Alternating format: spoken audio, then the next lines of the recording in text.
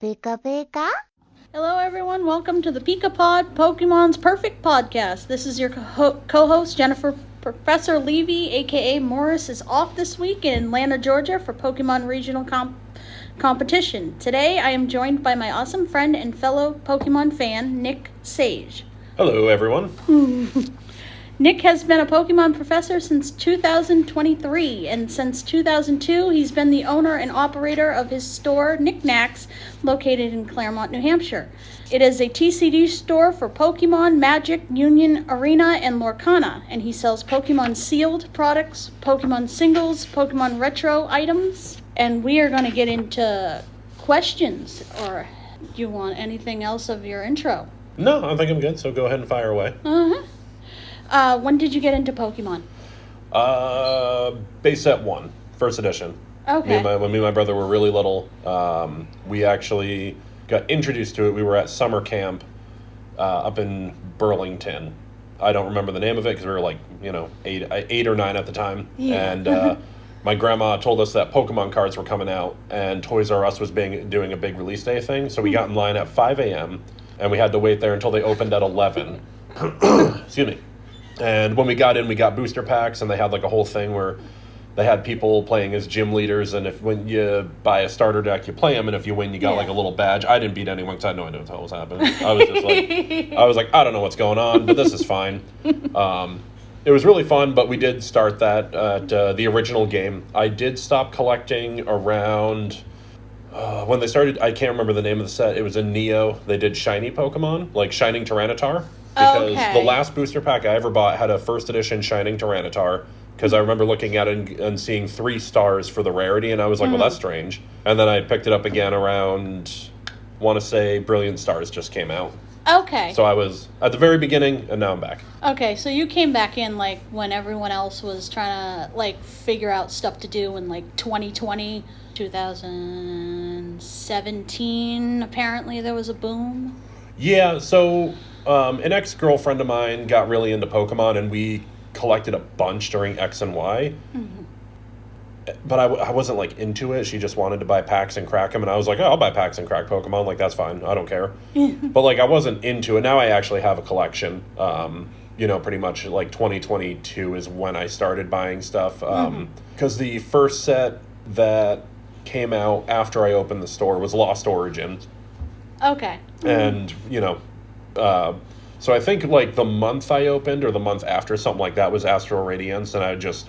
at the time I was like, I don't know what that is, But, yeah, so I've been around for a while. Because I haven't been collecting, I watched a lot over the years, too, and just saw what they were doing. So yeah. I've been around the whole time. I was kind of into it, but I was into the show more than the cards. Oh, yeah. And then Morris got me into the cards. And then I've just been hooked ever since, because... shiny full arts and baby shinies. I'm just like, I need them.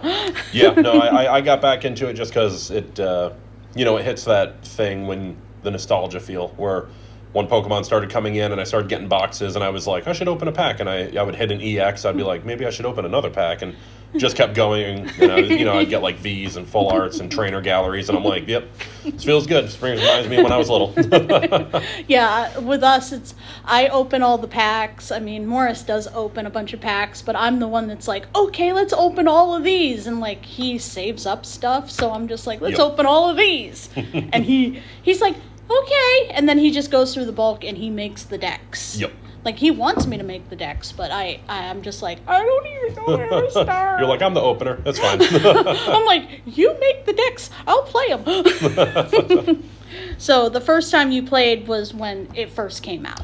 Yeah, I mean, I don't even know if I could call it fully playing because I didn't understand it. I collected. But the first time I sat down and said, I'm going to read the rules, I'm going to learn how to play, I'm going to look at decks and figure this out, was when 2015 with my ex-girlfriend, because she came home with 2 starter decks and she said, we're going to play. And I was like, I don't even know how to play at this point, honestly. And I started watching videos, and then after a while we were like, let's build decks and make, like, go beyond the starter deck. And that's when I actually started playing.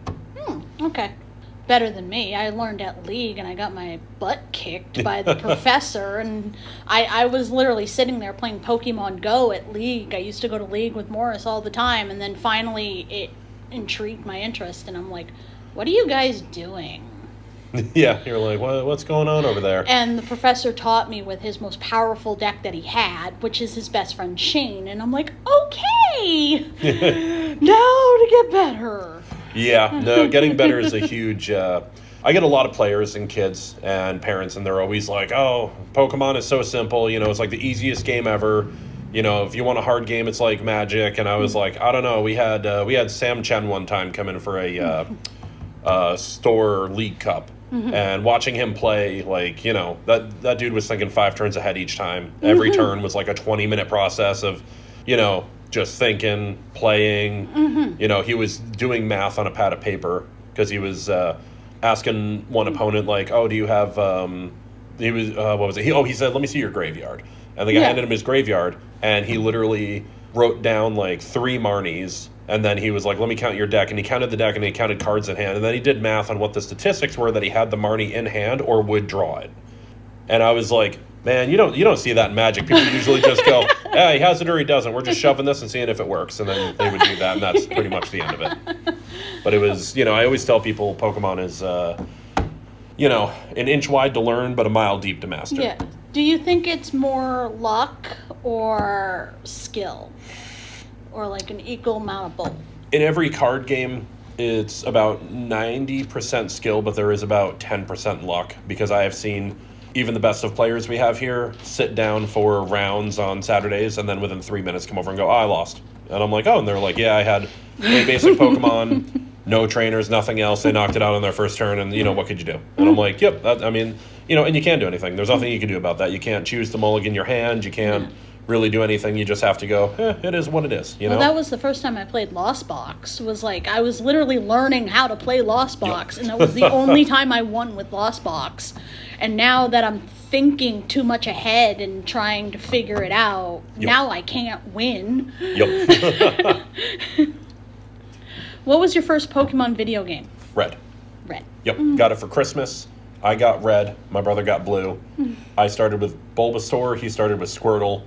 And when I found out about Nidoking, did not care about any other Pokemon. Is that your favorite Pokemon? Oh, yeah. Yep, Nidoking and Jigglypuff. Real weird as those two, but those are, and of course, a lot of people are always like, oh, well, they're both, what about New Gen? And I'm like, sure, like Tyranitar from Silver.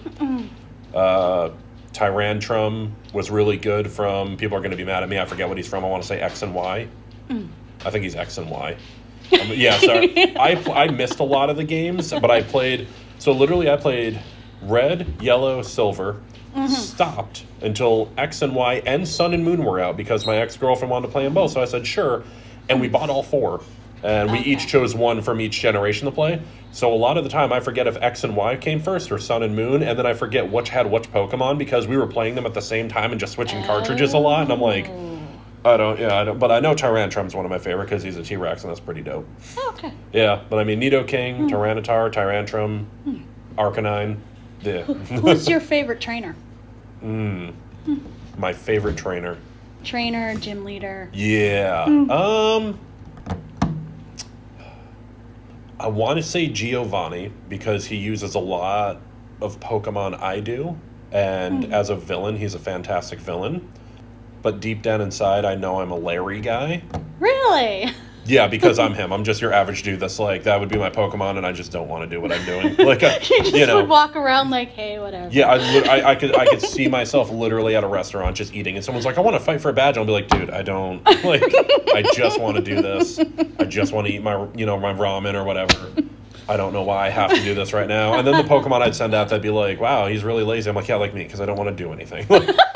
So, Larry is like a man's trainer, because we're all deep down inside, we're like, that's us. We're tired. We're we're dressed nice on the outside, but we're dead inside, and our Pokemon feel the same. But like it's stuck between those two. But also personal favorite, where I'm like, I just like the aesthetic, and he's a cool trainer, even though he really, or gym leader, even though he really did not get a whole lot of story or much going on, was Blaine, because I was a huge fire Pokemon trainer. And when I fought Blaine, I was like, see, this guy's got it. He's on a volcano. He doesn't have hair to catch on fire, so like he's already one step ahead of me. And his Pokemon roster was fantastic. So I would probably put Blaine above them. Larry's my spirit animal, but Giovanni is definitely something I would be more in tune with if they were real. I feel like Giovanni is like one of those like villains, like they want you to hate him, but like nobody can hate him. Especially with the brand new set coming out, Destined Rivals. Like he's gonna have his own card and everybody's gonna want it. Oh yeah. No, Giovanni, I mean, even when I was young, when the first Gym Leader Challenge set came out in Japan, because we used to buy Japanese cards a lot when we were little because we liked getting them before they hit the US. We would also, like, I collected all the Giovanni cards. If it had Giovanni's face in the corner, I needed it. So I was just like, I need that card, I need to get that card, whatever, I remember I had like 4 Giovanni's Nido King at one point just because I was like, I need Giovanni cards. And people would be like, oh, I have like a Nido King. I'm like, don't even care. I already have it, but I need more because I loved it. I was like, it's cool. And that's why I'm excited for it to come back because I was like, oh, I'll probably collect every Giovanni card again. I know they're not doing... I know some people might get upset with me about this, but they're not doing as many trainer Pokemon as they should in these sets, where each type of Pokemon only has like 3 or 4, maybe 5 trainer cards in that color. Where the old sets were like every Pokemon is a trainer card. Every single one. That's one of my favorite series is the trainer gallery cards. Like I love collecting those. They're like all in my binder. I think the only ones I have are the ones that are not like the evolution ones. Yep, so for the trainer galleries from Sword and Shield, I literally have I have almost no personal Pokemon collection anymore, but I have a complete set of Trainer Gallery, Brilliant Stars, Lost Origin, Silver Tempest, Astral Radiance, and Galarian Gallery from Crown Zenith. So I have all those, and then I have like 4 cards otherwise, and I'm just like, that's it. That's all I need. Do you like doing master sets? No. No.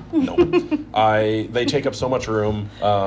And to call out another card game, I actually did a full foil master set of Chapter 1 for Lorcana. Oh. So I have a foil of everything. I do not have Enchanteds, but I do have the Enchanted Elsa. But beyond that, like when I finished the foil set, everyone was like, "Oh, you're gonna do the Enchanteds?" And I was like, "No, this was expensive enough. Like I'm good. We're not doing the Enchanteds." I have a proxy of the Elsa because I cannot spend $1,200 on. Yep, I feel you. Like it's a beautiful card, but like it's one of those where I graded mine and I was like, I'm probably just gonna sell this. Like it got a 9.5, but I was like, it's whatever. But that's why with Pokemon, when I get customers all the time, they're like, I'm doing a master set. I'm like, more power to you, bud. Like I have one guy that is trying to do a master set of every Scarlet and Violet set, and I'm like, oh gosh, okay, good luck. I was like, it's with how fast these sets come out lately, like, we only had 2 months between Journey Together and that, and then it's literally 1 or 2 months until the Black and White 151 set. So it's one of those where they're just shotgunning them out. And we had Prismatic Evolutions not long ago. Yeah, it's like Morris said it's supposed to be like every 3 months. I feel like it's sooner than that.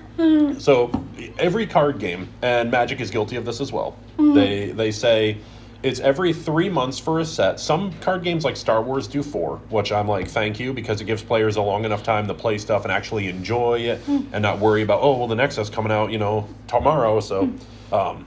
But the one thing every set does or card game does that I hate is they go, well, special sets aren't part of that rotation. So they do have a set every 3 months, but then they drop a special set in between every set. Yeah. So then it might as well be every other month a new set's out. Yeah. Because I know they're special, so they're not a full set. You can't see my air quotes, but I just did that. And I'm just like, dude, just say it's every other month. Like, just stop lying to people and saying it's every 3. It's literally, it's like Union Arena. It's every month. And I feel like the special sets are always something that everybody's going to want. Everyone needs. Like, the Prismatic Evolution is just evolutions. Evolutions. Just everyone wants the evolutions.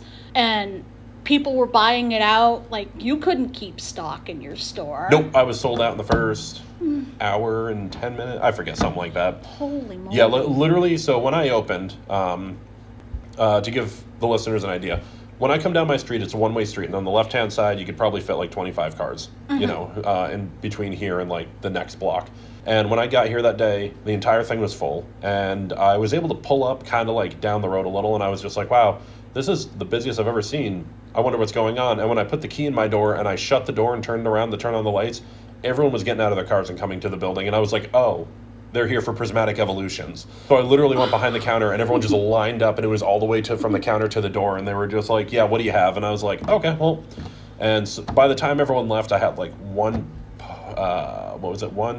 folder collection and 2 poster collections left, and I was just like, okay, well, that's it. So then all day, and for the next couple days, people coming in, well, where's your prismatic evolutions? I'm like, no, you weren't here first thing in the morning. They're gone. Sorry. Like, and I assume that's how every store was. Just, and that's how it's going to be with the black and white set, because I don't know exactly how that set's going to be, but I've heard it's supposed to be 151, but for black and white Pokemon, and since that is one of the most popular generations, I assume it's going to be huge.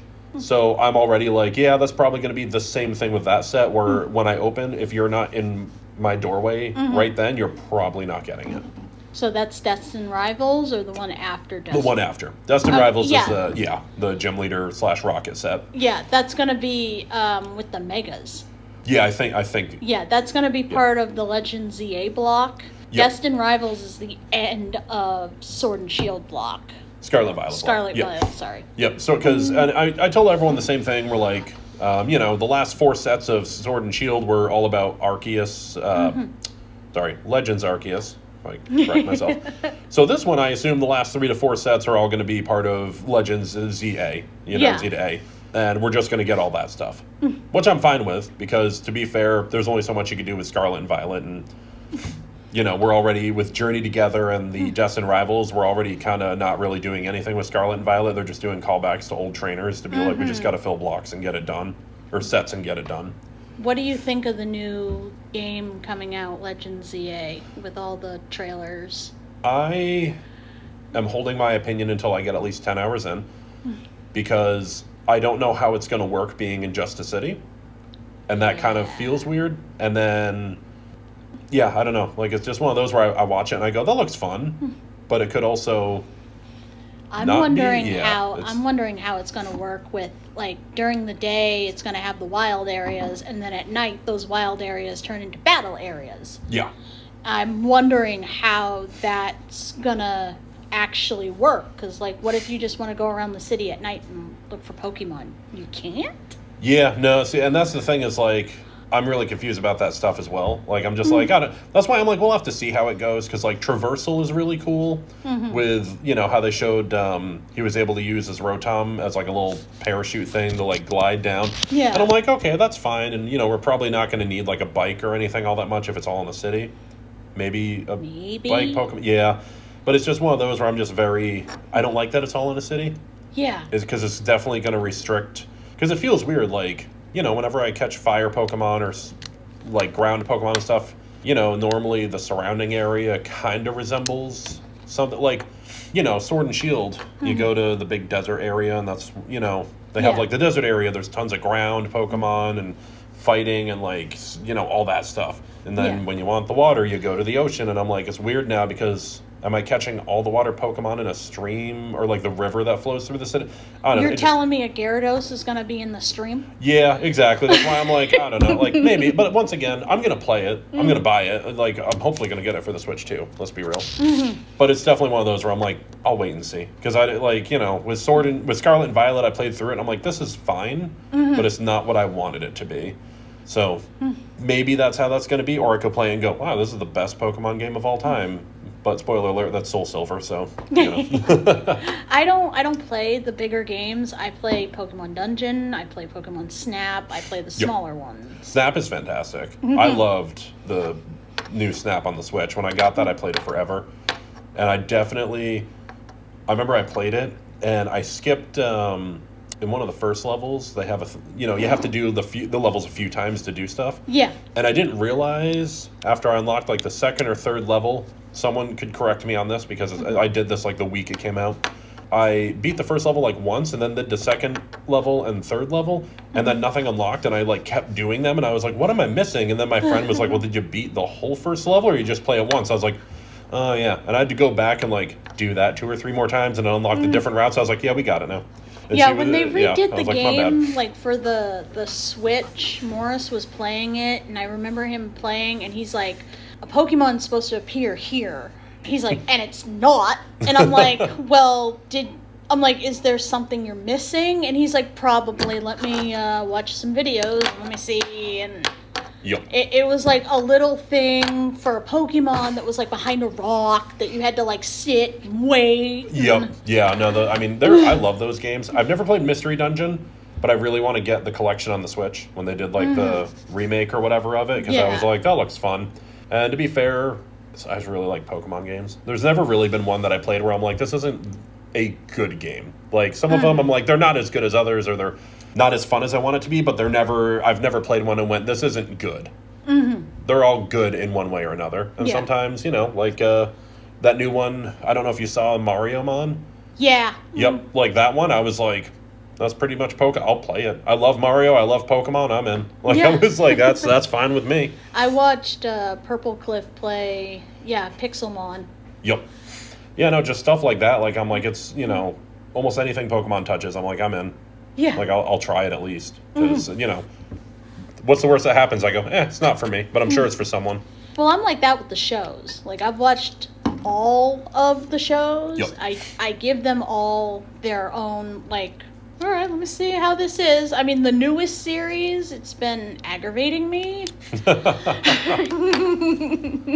That's fair. I honestly have not watched in a while, but I would be a liar if I said I didn't watch the last episode of Leon and Ash fighting.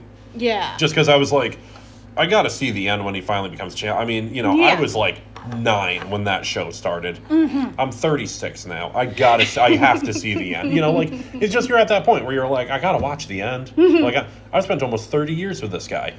We got to see, and it was a fantastic ending.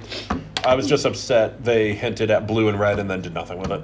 And I was like, oh, okay. Like, I don't... Well, sure. They did the same thing with the Pokemon Day announcements. They teased a new evolution, nothing. Yep. They teased stuff. Morris noticed that there's been stuff for Black and White, trainers coming back, stuff coming back, and then they did nothing with it. Yeah, and it's like, oh, okay. I mean, to be fair, that's what they've been doing with, Union Arena. And I feel like companies are out of touch. Like Union Arena, they've been like, hey guys, we're going to reveal an anime you've never seen before for a set. And everyone's like, heck yeah. And then they reveal an anime. And then everyone's like, but you revealed that 6 months ago for a Japanese set. And they're like, yeah. And we were like, but you said it was never revealed before. Well, it has been. Like, and they're like, well, we meant for the English version. We're like, okay, we should say that. Because, like, everyone was excited about something new because we're looking at the Japanese versions and the English versions going, what do we not have that we want? And then it turns out it's just something from Japan that everyone's like, oh, we've known about that. Yeah, Pokemon does that with the cards. Yeah, like, we don't know what we're getting from Heat Arena and what we're not going to get from Heat Arena. Yeah, same thing. It's just there's a lot of stuff like that where, they're always like, here's everything, but some, like, how they do 2 sets in Japan for 1 in America, how they kind of like push 2 together, but then like Journey Together was just Journey Together, and I'm like, why'd you do that? Yeah. Like, and they did that with Obsidian Flames, and I'm like, sure, I guess. Yeah. But it just strikes me as really weird why they do that. What's your favorite set series of cards? XY, tag team? Ooh, favorite set series of cards.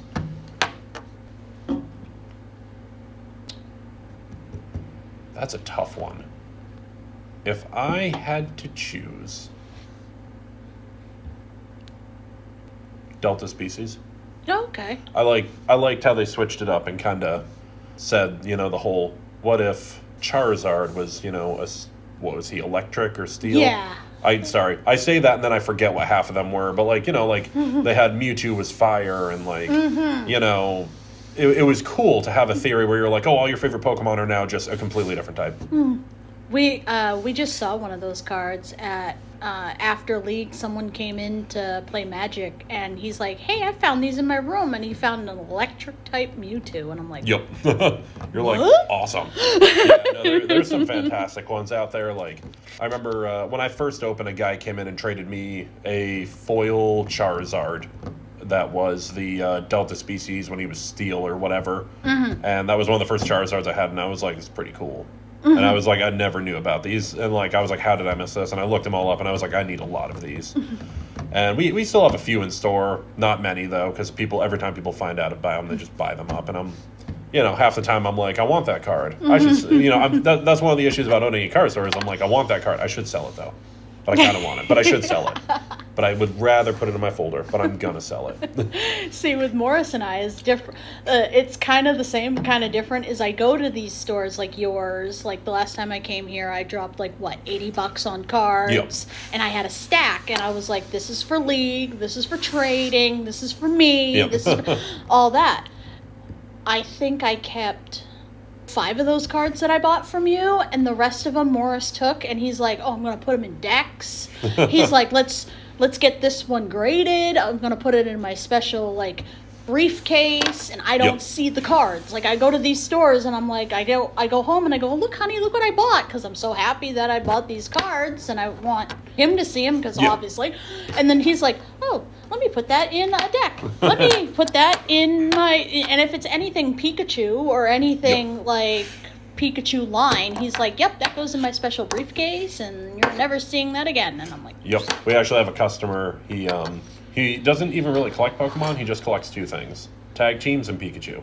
oh, So he's going for a full set of tag team. So he wants one of each of the cards ever made for tag team, like the trainers, oh boy. the secret rares, alt arts, full arts, all that stuff. And he's Oh, about boy. a little over half done. And then Pikachu he just has a folder of Pikachus. If he doesn't have it, he wants it. That's all it, like, we'll be like, oh, here's a Pikachu. And I'm like, it's a common. And he's like, how much you want for it? I'm like, you could have it. So he's just got a folder of Pikachus because it's, like he says, it's his buddy. It's his little guy, Yeah. So he was happy. He actually bought a felt hat Pikachu from me when they were like $60. Oh. And he was like, oh, that's pretty cool. And then like the other week I was like, did you see what those are up to now? And he was like, nope. And I was like, you should look. And he looked and he was like, I'm never opening that. And I was like, I sure wouldn't. I was like, leave it sealed, leave it in a top loader, do whatever. But that's pretty good card. Morris is the same way. He collects, he's a Pikachu guy. Yep. So he collects all the Pikachus. But he was grabbing them when they were cheap. Yeah. So, like, we're watching videos of people going to Japan getting all these special edition Pikachus, and he's like, I got that one. I got that one. I'm like, how? And he's like, oh, I grabbed it when it was $5. Yeah, I mean, grabbed that's, I'm like, and that's why I okay. tell people, if there's ever, like, felt hat Pikachu when, people were like, oh, they're $60, they're $80, they're $100. Oh, they reprinted them. They're not going to be worth anything. They're like $50 and $60. I'm like, just buy it. Yeah. Because one is Pikachu, two, it's a limited time thing, so give it a year. You'll double your money. I was wrong. It wasn't even a year later, and it's already, literally like 5 times the value. And I was like, oh, there you go. Oh, I did that with a full art Ghastly card. It's the one of them going through the town, like the cobble streets, and it's Oh, Ghastly. from Temporal Forces? Yeah. And I saw it at a store for $20. I said, nope, I'm going to hold off on it. And then I saw that a kid at League had it, and I tried to trade him because my mind thought that it was still $20. Nope. And then the kid's mom came over and goes, hey, I Google Lens that, and that's a $60 card now. And she's Yeah. like, can we have it back? And I was like, definitely, yup. I went online and I bought the Korean version for $15. Yep. Yeah. No, that's one thing I like about Pokemon is a lot of people are super like, we want the English because they're worth more. But if you're just a collector that wants a cool looking card, you could buy the Japanese or Korean for like 1/10 of the value half the time. Yeah. And you just, you're like, sure, whatever, it's fine. I tried to do that the other day with the Mega VMAX Gengar that's like swallowing the world. I went, the English version is what, like $400 right now? Last I checked, he was like 6 or 7, but that was like 2 months ago. So And he then- could, I don't know, I'm not sure what he's at, but I he's a looked lot. at the Japanese version and it's hovering, like 3 numbers, and I'm like, oh, it's 300, never mind. And I just, never mind. My Yeah. best friend ended up getting me a metal card fake version of it, and I'm like, I have it. Yeah, you're like, good enough for me. Yeah, no, there was the 3 times that happened to me in the store where I literally looked at my friends and I was like, I hate myself. Was one, I bought a Moonbreon off a guy. Okay. Sold it for $600. Literally, it lasted like 5 minutes. Less than 2 weeks later is when they said, hey, we're no longer reprinting Evolving Skies, and it immediately shot up to $1,200. And I was like, well, go me. I was like, that's fun. So I was like, yeah, that's the worst. 2, I sold the Gengar VMAX Alt Art for $230, and less than a week later, he was like 600 something. And I was like, cool. It was just that huge jump, like the buyout, everyone started going crazy. I was like, awesome. And the worst one of all time was right before the buyout. I sold to the tag team guy the Gengar Mimikyu alt art, which was in like pristine condition. Got it graded 9.5. I sold it to him for very little. And then like a week later, it was $800. And I was like, yup. I was that's cute. That's fun. I have 4 of the regular Gengar Mimikyu tag team. Yeah.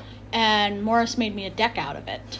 Oh, yeah. Gengar is one of my favorites. And I went to play it at League, and it's not in my bag. And I'm like, where did this go? Where did this go? Where did it go? And I get to League, and I'm like, where did the tag team deck that you made me? I'm like, I finally want to try and play it. And he goes, oh, I took that out of your bag. He's like, those tag team cards, he's like, are sitting at $100 each. Yep. And I was like, oh, yeah. Okay. You're like, well, yeah. No, I mean, I told him that. I was like, because from me in one purchase, he bought 2 of the normal tag teams and the alt art.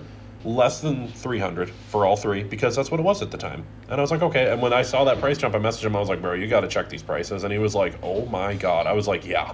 And he's like, that is one of the grossest things I've ever seen. I was like, yup. I was like, oh, there you go. I mean, same thing. Off of me in like a 2-month span, he got the Sylveon Gardevoir tag team alt art, the Gengar Mimikyu, the Mewtwo and Mew promo alt art, where he's like doing the thinker or whatever. Yeah. And another one. And it was like a 2-month period he got all those. Because people just kept trading them in. They were like, oh, whatever, I don't want this. So I just messaged him. I'm like, dude, you got to just check the prices on your tag team. And he kept going through going, oh my God. I was like, yeah. It's rough. Right now is a hype market for all the tag teams. So everybody wants them all of a sudden, even though they've been sitting, but now everybody wants them. Yeah, but now everyone's just like, oh, I want that. It's like, sure, yeah. So he's almost done with all the alt arts, and one day he came in, he's like, if you ever get this, and showed me the Latios and Latios, and I was like, oh man, that's never walking in the doors here. Like, I could try, but like, I doubt I'll ever see one come in this store that... Maybe one of my players has it. I don't know, but like I doubt it will ever come to my counter and they'll go, "Hey, I'd like to sell this," because I would be like, "Okay." But yeah, no, that's never happening. Morris got a couple copies of the stained glass one of the Legendary Birds. Yep, that's a good one. And that's my favorite tag team art of all time. Yeah. And he's like, "Yep, these are going in the special case and never coming out." Yeah, no, those are wonderful. I remember when I first opened, I was selling them for like $10. People were trading them in left and right and stuff, and I was like, sure. And now they're like $40, $50, and I was like, that's insane. Yeah, Morris told me he bought them for like $2-3 each, and then now he's just sitting on them. Yeah, I have a damaged one left in store. It has like the smallest crease on it, and I was like, okay, whatever. I'll still take it because it's a tag team. But like, yeah, I have a damaged one that goes for more than what the near mints ones that were sealed did less than a year ago. And I'm like, this is insane. That's crazy. The market of this is crazy. That's crazy.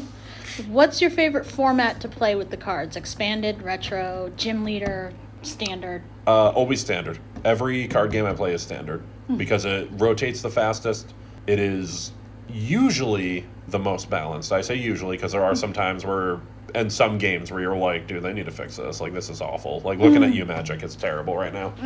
But, like, standard. Because I love the rotation. And I love the fact that new cards get introduced and it makes it more fun. Where if you're playing, like, Extended or Legacy or something like that, you're just like, well, this is the best deck. So unless something really busted comes out of a new set, this will be good for the next, like, 8 years. It gets kind of boring going, oh, that's still here after 5 years. It's still, like, the number one deck. You're like, sure, I guess. What do you think of the meta right now? I would say the meta... You know what? I'm going to stop right there because I totally forgot that Sword and Shield just rotated out. So, the meta prior to this was very healthy because there were plenty of decks you could play. And every time I would randomly look and just be like, hey, I wonder what's going on at this tournament. When people would report stuff, I'd always see 2 or 3 decks and I'm like, I didn't even know that was a thing. Like the... this year, the meta's been all over the place. Yeah, like me and a guy last Saturday after my league were just talking, and he said, oh, did you see a few weeks ago a guy played Cloth in a Japanese, like, one of the higher-end tournaments, Cloth EX, and it literally did really well, and I was like, who plays Cloth EX? And he was like, I didn't even know that was a thing. He's like, I'm going to play it next week, though, and I was like, apparently, yeah. Was that Tord? I don't know. He was just telling me about it, but he just said Cloth EX did really good in a tournament, like top 4 or something, and I was like, I didn't even know that was playable, and he was like, apparently it is. And that's what I love about Pokemon is you could just play a random thing and do perfectly fine. Like, not random like a pile of cards, but like you know, it's not like other games where, you know, they're not like, well, you're not playing one of the 3 archetype decks. Well, you're not going to do very well then. Yeah. You know, this is like, oh, you showed up with like Cloth and just crushed it. Sure. Like my League Cups, you know, one time someone showed up and was playing Lost Box against Gardevoir for finals. The following League Cup, a couple months later, we had Charizard versus Ancient Box. You know, one time later, we literally had some kid here with a Meowscarada deck playing for first. It was literally Meowscarada, Dragapult, and like Radiant Alakazam and stuff. And he was just, all he would do is just move around counters, try to get like 2 Meowscaradas to pitch Grass Energy to put damage on, and then attack with his Dragapult to try to knock out like 2 or 3 things at once. And I was like, okay, and kid's literally like 12 years old. And it was hilarious because he's like, oh, I built this myself. And everyone was like, how did he get this far? And like, you know, for like, that is crazy. The meta for juniors and seniors are crazy. Like, what they can come up with for a deck is just crazy. Like, we see it in League all the time. And I'm like, how did you figure out that card works with that one? And like, I watch the regionals on TV, and like, they don't really show the juniors. I wish they did. Yeah. But they show the Masters, and all the Masters, it's like, oh, 50% of them were playing Dragapult. Yeah. 30% of them were playing, you know, Gardevoir. Yeah, and that's one of the things that bums me out is in a lot of card games, people, when they go to big events, they will just say like, oh, what are the top 5 best decks right now? And then they'll do the math and be like, we're going to play that one. But then that's the choice 90% of the players made, so almost everyone shows up with that deck, and I'm like, well, this is really boring to watch mirror matches all day. Yeah. But that's why the guy who won the first ever Lorcana Challenge Series Open he had the key to my heart. He showed up with a rogue deck he built like 2 nights before and won. And everyone was like, what is going on with those 2 colors? No one plays yellow purple. And he was just like, oh, I did. And it was just hilarious to watch that all these decks that everyone was like, no, this is the best color combination, could not do anything about his deck. They were just like, we have no answers to what he's doing. And he was like, exactly. That's why I played these colors. And I'm like, this is funny. And I love card games when you can do that, to just be like, I'm going to play the most ridiculous thing. You're not going to be able to do a thing about it. And we're all going to have a great time.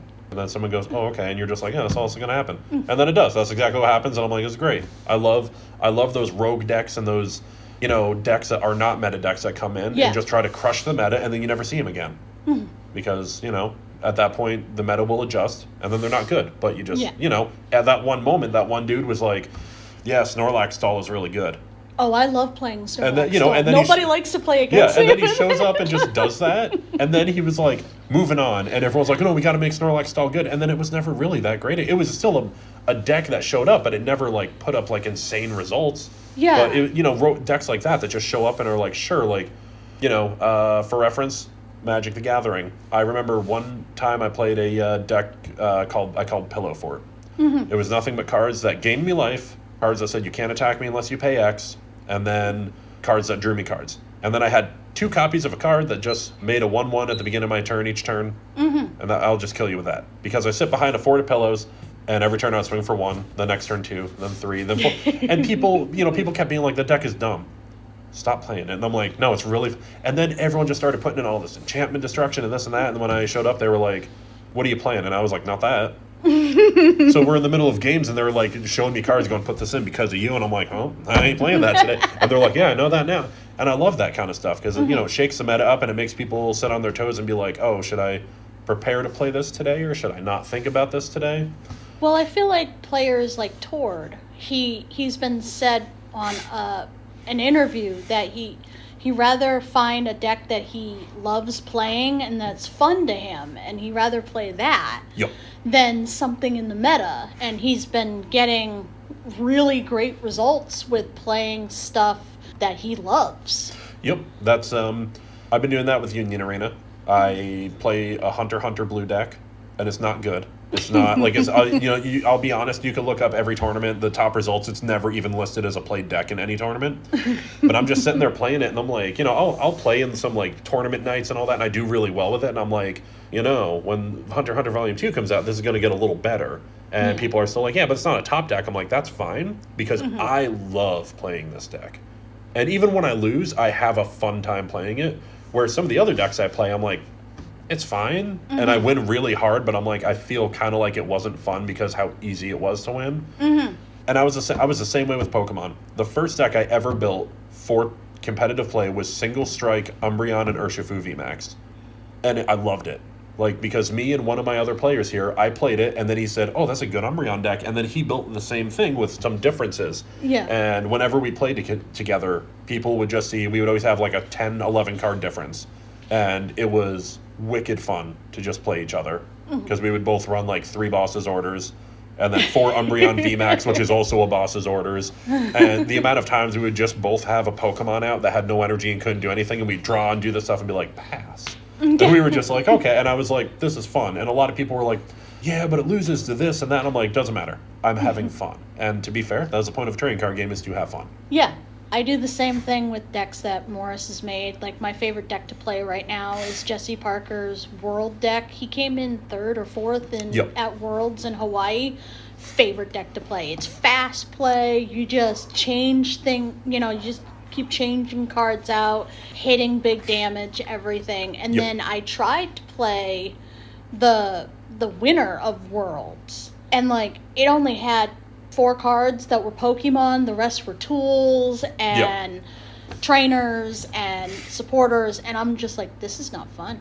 Yeah, like, when I told everyone, I was like, if I ever made a new deck now, I'm absolutely playing Ancient Box, because I like any deck in any card game that says you have to play differently than the game intended you to, or like a lot of like, like the meta is, oh, everything's an EX Pokemon, this and that. I like being like, well, I'm not playing any I'm just going to play my little guys. Yeah. Because it's fun. I mean, that's like the Festival Lead deck. Yep. There's no EXs. There's no... No, it's just Dipplin. Yeah. We actually had a guy come in for a League Cup. And he came in and he said, it's my last League Cup because I'm having a kid soon. So I'm going to play the biggest meme deck I could find. And he played Dipplin. And almost every round he was matched up against Charizard EX, because that's what almost everyone else brought. So out of like 24 players, he went 3-0 almost instantly and was just like, oh, that was easy. And we were like, yeah. And everyone was like, I didn't think Dipplin would show up. And I'm like, that's so funny, because he just, by like turn 2, I would just see him be like, double attack, one-shot your Charizard. 2 prize cards. Next turn, double attack, one-shot your other Charizard. And then they'd be like, yep, I have like nothing left. And he's like, cool, double attack your Charmander. Double attack. But it was just so funny that out of nowhere, he won. And he was like, well, I think that was a perfect tournament to end on. And I was like, yep. And he literally said he framed this Dipplin card in the playmat and put them together. Aww. So, because, now that he has a kid, he doesn't play. And he was just like, was that Alec? No, that was Mike Hack. Okay. Yep. What's your favorite Pokemon item you own? And what's your favorite Pokemon things to sell? My favorite Pokemon things to sell are the cards, because I love when people get them and they crack packs here. It's addicting. Even though I'm not opening them, it's really cool to be like, what'd you get? Yeah. Did you pull anything fun? Like, it's really cool. My favorite Pokemon item thing I own, I'm going to have to say my Jigglypuff tattoo. Okay. I have a tattoo of Jigglypuff looking real angry with a microphone and the nurse's hat on from Smash Brothers. Because me and some friends played a game of Smash Brothers on an old YouTube channel. One of my friends had. He hasn't done it in a while, but one day he just randomly was like, hey guys, a bunch of us are going to play Smash Brothers, and the loser has to get a tattoo of the character they play. And I main Jigglypuff in Melee, so I was like, you know what? I haven't played Ultimate yet, but I'm going to play Jigglypuff again. I got decimated. I was the first one out, so they looked at me and they're like, you have to get a tattoo of it. And I was like, that's fine. So I messaged Joe, and I was like, Joe's my tattoo artist. I was like, Joe, I need a Jigglypuff with a nurse's hat. And he was like, why? And I was like, because I whatever, just don't want to talk about it. And I got it. And he first made the Jigglypuff happy, like it was singing. And I was like, no, it's got to be mad. And he was like, oh. And I'm like, has to look real cranky that it just lost. And he was like, okay. So it's, I know I technically don't own it, but it's on me. But it's my favorite Pokemon thing is just my Jigglypuff tattoo. That's my favorite part of the episode, where Jigglypuff like sings everyone to sleep, and then he gets mad that he's asleep, and I love when they get mad. Yeah. Look at him. Yep, little Jigglypuff with the nurse's hat. We have the Smash Brothers symbol behind it. You can't see it super well, but we wanted it to show that it's not for Pokemon, it was for Smash Brothers, but to me it's for both. But yeah, it was definitely, when I got that done, I was like, it's probably one of my favorite pieces I have, and definitely one of my favorite Pokemon things I have. If I have to pick something that is a physical item, honestly, I really like my Mew tapestry right there. That's one of my favorite things, and I instantly, when I went to Anime Boston every year, a lady, I forget, and I will try to give you the info, maybe you could link it on your podcast. She does all the art I have in here. And she started doing banners, and when I saw the Mew one, I was like, I have to have that because that's really good. He's got a bunch of framed art in here, y'all, and it's so cute and it's so nice. Yeah. My favorite one is like all the Eevees? The Mareeps back there. Oh yeah, if you actually look, there's a bunch of Mareeps. Sorry, no, that's Wooloo. Wooloos. Sorry, I'm real bad at it. But if you actually look, it's a bunch of Wooloos, and then there's a Bolton stuck in the middle of them that he was trying to hurt him, and he got caught up in the stampede. But I'll try to link it because you can buy all this art off of her website, but she goes to Anime Boston, but she does fantastic stuff. And when you got the one with Ash signed. Yeah, is that Anime Boston? Yeah, I went to Anime Boston, and we actually tried to put that up for a prize for a tournament, and only 2 people showed. Oh. We had a tournament where first place was going to get a picture of Ash holding the cup after he beat Leon, and it has his Gengar, his Lucario, Pikachu. There are other Pokemon represented there, but I can Farfetch and Dracovish, I think, is the one in the upper left with the eyeball. But it's signed "To the Champion, Be the Very Best" by the voice actress of Ash. And we held it, only 2 people showed, and I was like, okay, that's just going on the wall then. And you know, I have that, and I actually also have another one at home that says "To Nick, Be the Very Best." Oh, okay. So that was fun. Do you have a favorite professional Pokemon player? Sam Chen, because he came here and he was very nice. Oh, he is a sweetheart. I didn't even know I was standing next to him. I was here, y'all, that day that he came. Yep. And he was literally filling out his deck list. Yep.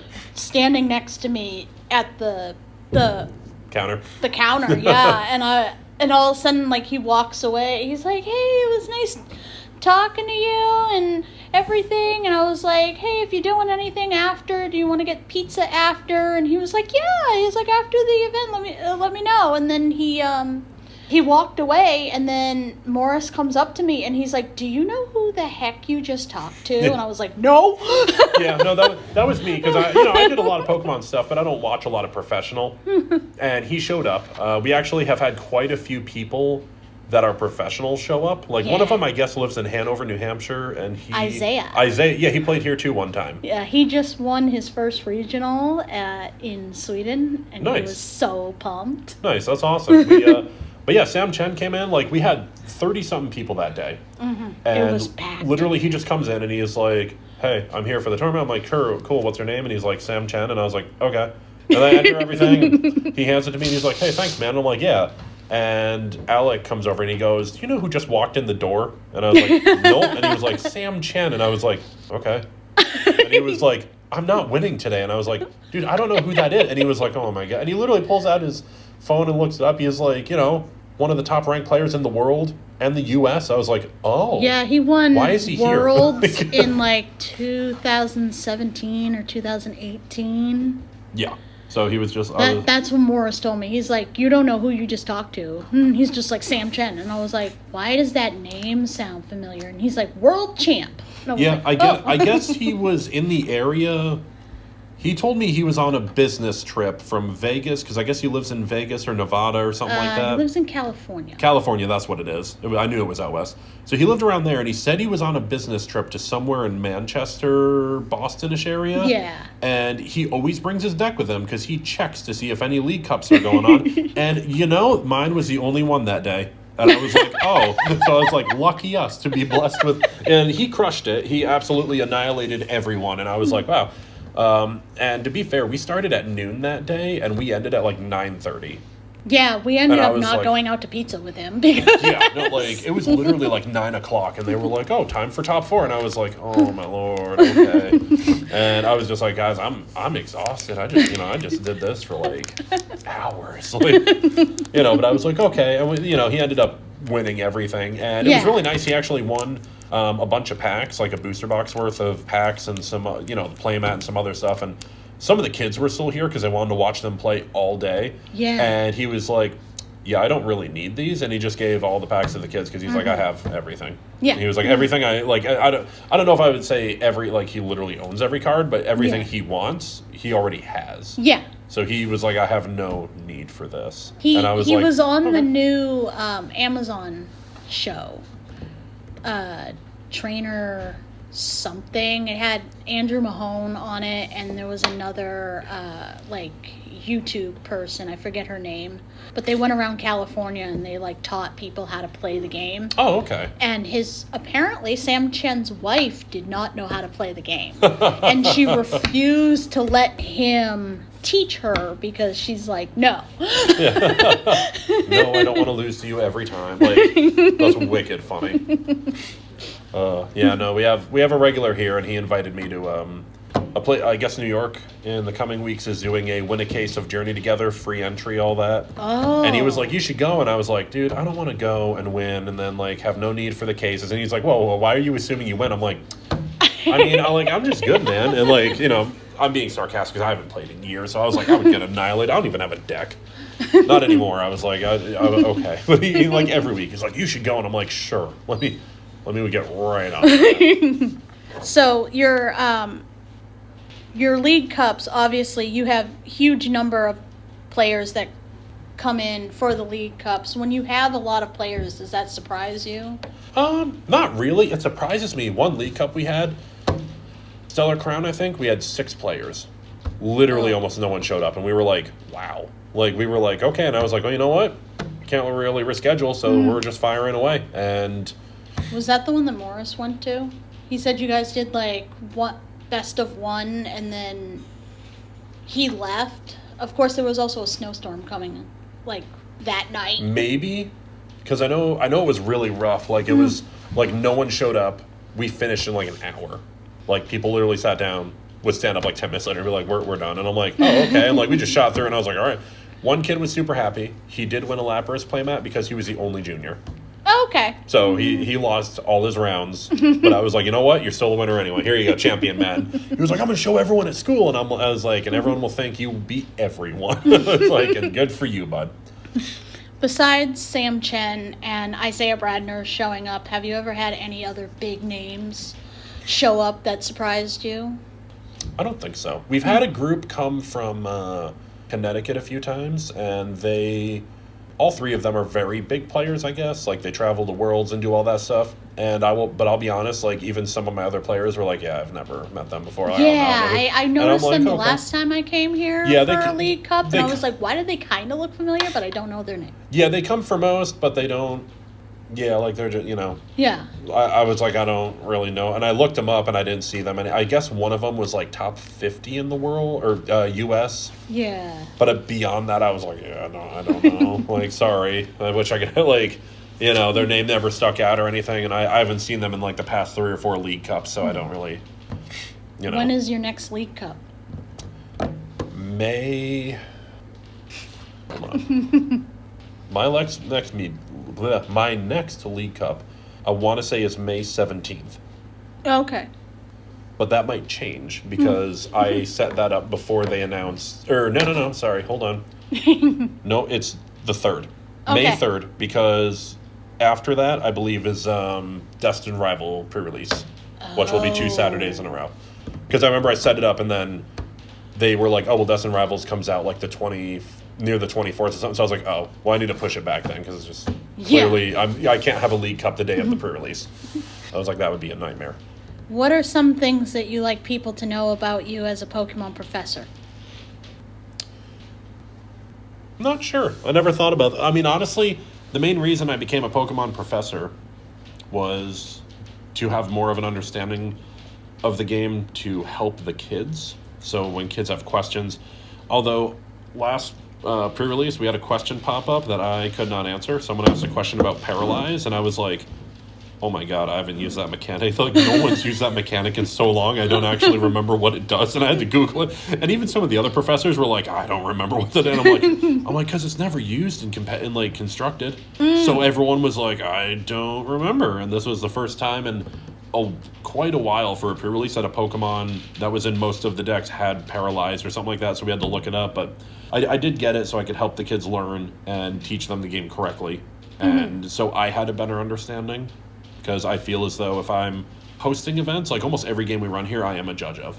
Yeah. Because if I host the game here, I feel like I should understand the game so I can help others understand as well. So, just... I'm a rank 2 judge, and I'm probably going to leave it at that. I don't think I'm going to go for rank 3 or higher, because at that point I don't travel to judge stuff. Like, it'd be really cool, but I don't, this is the first one that Morris is traveling for, and then he's hoping, being able to do Atlanta, he'll be able to go to Worlds and all that. Yeah, like, I would love to do that stuff, to just, like, really get that stuff, like, to do that. But owning a store, I do not have that time. Like, it sucks, but I'm well, just he was also telling me, like, there's one judge to, like, 40 people. Yeah. And Atlanta is the biggest regional that they are going to have right now. Yep. 3,500 people just to play Masters. That's insane. Yeah. No, I get burnt out when I do, like, a pre-release with, like, 32 people. I'm just like, oh, like, and it's just because even one judge call every, like, 10 minutes, I'm just like, you guys need to, like, and sometimes I do love that I have the expression reading the card explains the card, because some people will go, what does it mean when it says, like, do this? And I'm like, read it again, and then they'll be like, oh, never mind, I missed a word. And I'm like, there you go. And I'm like, that's what it does. Like, 'cause some of my adult players will be like, well, can I do this? And I'm like, well, do you see how it says to the benched Pokemon? So no, you cannot do it to your active Pokemon. And they're like, well, I didn't know if that counted. I'm like, no. I'm like, it certainly does not. Read the card again. Yeah, and with the kids, I'm a lot more gentle. But like some of the adults, I'm like, reread it, and then they'll read it again. I'm like, read it out loud. There you go. But we have a very tight community here, which is good.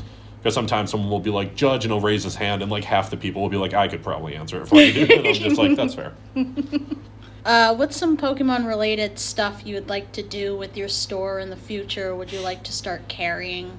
We are looking at carrying Pokemon stuffed animals. There's a line from one of my distributors. They have Tomy, and they do a ton of stuffed animal stuff. So we're going to do that. We're going to be getting model kits, and I have been looking at trying to get Lego to see if I could do the Pokemon Legos. But that might be a bit of a stretch, because I know Lego themselves are very like, do you make $800,000 a month? No? Then get out. Goodness. they're not the nicest. And to be fair, their margins are also awful. Like, they're like 10%. It's terrible. And we don't know how it's going to be like once it launches. Like, a lot of people are worried about the scalpers getting a hold of them and jacking up the prices, like they do with the cards. I guarantee you they will with that, because Lego's also a huge. It's like Lego's like trading cards, but building blocks. Yeah. And I guarantee you, all the Pokemon will be immediately gone day one. They'll be $8,000, and when they could have been bought for $500. Some ridiculous stuff, and I'll be like, sure, whatever. But I wanted to get it so I could tell scalpers, no. My regulars get it, and all the people, like that grandma that came in with her 12-year-old son, he gets it. You do not. You do not get 10 Pikachus because you have money. Sorry, that's not how it goes. How do you deal with scalpers and other things of Pokemon that frustrate you right now? Well, when Prismatic Evolutions came out, I had a bunch of people show up that I've never seen before, obviously. And they were very mad at me for my prices. And they were, like one lady was like, oh, well, how much is this? And I told her, and she's like, well, GameStop has it for MSRP. And I'm like, well, you should buy it there. And she's like, it's sold out. And I'm like, okay, there's your answer. Like, I don't know what to tell you. Like, everywhere that has it for MSRP is sold out. And also, they're a multi-million-dollar corporation. Yeah. I'm not, And I have had plenty of times where I tell people like one item per person, and I'll see someone come in and get on their phone, and they're like, yeah, can you come down? And I'm like, you're not doing that. Because like their girlfriend will come in and be like, do you have any more of that new whatever something just came out? And I'm like, you don't even know. Stop, okay? Like, I know what you're trying to do. You're trying to bypass it so you could get more stuff, and like, you don't even know what it is. Like, so I know you don't want it. Yeah. And there's stuff like that, and then some people will probably get mad at me for this, but to beat the scalpers, I just sell at market price. Because you can't buy it for $40 anywhere and then sell it for $150 if I'm selling it for like $120. Yeah. Because what are you going to do, make $10 after shipping? And it sucks, but it's also, I learned with Lorcana, when Chapter 1 came out, I sold for $140 a box. Half the people I sold to, including locals, I would see them on the buy-sell trade groups later selling them for the $400 they were. And I was like, yeah. And after a while, I was like, well, that's what I get for trying to be nice. So the few times I have tried to be nice, blew up in my face like that. And I was like, at this point, it shows you people will pay the scalper price. And as much as I enjoyed just selling Pokemon at MSRP for years, if I do that now, I'm sold out in 5 seconds, and then that's it. And even distributors are like, I have a restock of prismatic ETBs coming in. Distribution sold them to me for almost $110 a box. Oh my! So I cannot sell them for $60 because I lost money. So I have to sell it for $150, $160 to even make anything. And some people get mad at me for that, and I'm like, I don't think people are understanding like the distributioners' whole thing. Yeah, distribution, they want their cut of the money too, and they just jack the prices on everything. Heck, the game Flesh and Blood, the newest set, is one of the most wanted sets in history. They literally went from $60 a box to like 80 something, and they were still like, oh, it's $100 MSRP, and I'm like, bro, I'm not gonna get. Once someone slides their credit card, what do I make, like $12 off that box? Like, that's insane. And you only get limited amount of them. Yeah, literally, since the set came out, I have my first restock of 4 boxes came in yesterday, and I was like, cool. Thursday night, Flesh and Blood happened, and everyone's like, I want a box, and there was like 8 people, and I was like, oh, I can't sell you all a box. He wants one, you want one, he wants 2, he wants 3, like, so I was like, I guess I just have to use them for tournaments, like draft and sealed. But it was just like, sorry. And that's, to fight the scalp, I mean, you can't beat the scalpers. They will always win in the end, and that's why they're still here.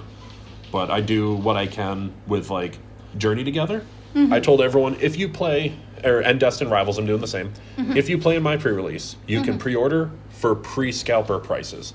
So it was $50 in ETB, $150 a box. Yeah. And all my regulars were like, hell yeah, they bought in, they played, they pre-ordered it at that. They were pumped. We're going to do that again for Destin Rivals, if the price doesn't go up. Because if they charge me more, sadly, I can't. But that's what I did against, for Journey Together. And then if you didn't play, if you just wanted to buy, it was, $210 a box, 70 in ETB, and people were like, oh, man. And I was like, well, if you were a player. Sorry, I care about the players more than the collectors. I know, it sucks, I do. There are some stores that are like, if you can prove that you've been a customer of ours for a year or more, you'll get market price, or like the lowest price that we can sell it to you as. Yeah, no, I actually told some people, I was like, I might do if you can hand me your Poke League number and or show me, you can get it for market price or MSRP. And some people were like, oh, so I just got to go make an account. And I was like, no, I'm obviously going to look to see what you've played in, because I could see the league events you've played in and tournaments and stuff. And if it just says created 3 days ago, I'll be like, no. Like, it's not that hard to just make one. Nintendo is doing that with the Switch too. I'm so happy about that, because when I saw all the qualifications, I was like, oh, I meet all these. So I was like, that means I could get one. And that is a great way to beat the scalpers, honestly, because you can't do it, because you can't have your 500 bot accounts trying to buy it if they don't have a Nintendo account. So I was like, good, get rid of them. Goodbye. Have you tried to order stuff on the Pokemon Center? I've never tried, because I know I wouldn't get it. And I would sit there for 8 hours, and then by the time I get in, they'd be like, well, it's all sold out. And I'd be like, whatever. So I've never cared. Morris sat in the queue for like 3.5 hours trying to get the pre-release for Destin Rivals. Yep. And he never got in. Yeah. Yeah. So shout out your store information, your socials. Shout out where people can buy your singles and such, your TCG player store. Yeah, so the store is Knicks Knacks and Games in Claremont. Facebook, once again, just Knicks Knacks Games. TCG player, same thing, Knicks Knacks Games. We do sell a lot of Magic, Union Arena, and Pokemon, but I warn you, Pokemon is quite the slim pickings right now, because we sell a lot of it. Like, we literally, before the buyout, had almost 7,000 Pokemon cards. Individual ones, that's, not including all, like, multiple copies of each. Yeah. Right now, we're down to, like, 500. Oh my goodness. Yeah, because people, when that buyout happened, we had 2 or 3 orders that was over like $2,000 or $3,000 each of like, they were like, give us every V you have from all of Sword and Shield. And I was like, okay. Like my Sword and Shield used to be a 3-row box, like white box, bulk box kind of thing. And now I'm down to half a row of one of them for every set. So like some sets I have no trainer galleries. I have like 2 Crown Zenith gallery. What was it? Like Brilliant Stars, I think I have like 3 cards for. And I was like, sure. Because there's no one trades them in. So I was like, okay. So, you know, until we get a good, healthy restock. But we do have some stuff on there, and we do get bangers every once in a while that are pretty crazy cards that, you know, I tell people keep an eye out for. We've already had some Lilies, Clefairies. I saw a Belly Bolt in the case. Yep, we do have Belly Bolt. One of the big ones recently was I've had 4 Pikachu EXs from Surging Sparks come through in the matter of like a month. The full art one? Yeah, the SIR. Oh, jeepers. Yeah, each one has lasted less than a day. Oh, like I will post it online and someone just immediately kicks the door in and they're like, I'm here for it. And I'm like, okay. I'm like, sure, bud, if you want. Like, that's fine. All right. Thank you so much for doing the podcast. And anything else that you want to shout out to the Pika Pod? Well, one, thank you for having me. It was fantastic. And I always love, talking trading cards, Pokemon, all that stuff. And, no, I'll just end it how I usually end my YouTube videos and stuff like that, which is, you know, be a good person, you know, help each other, and understand that trading card games are for fun. So, yeah. All right, y'all. Thank you so much for listening to this podcast. Night, sleep tight, and dream of Al Creamies tonight.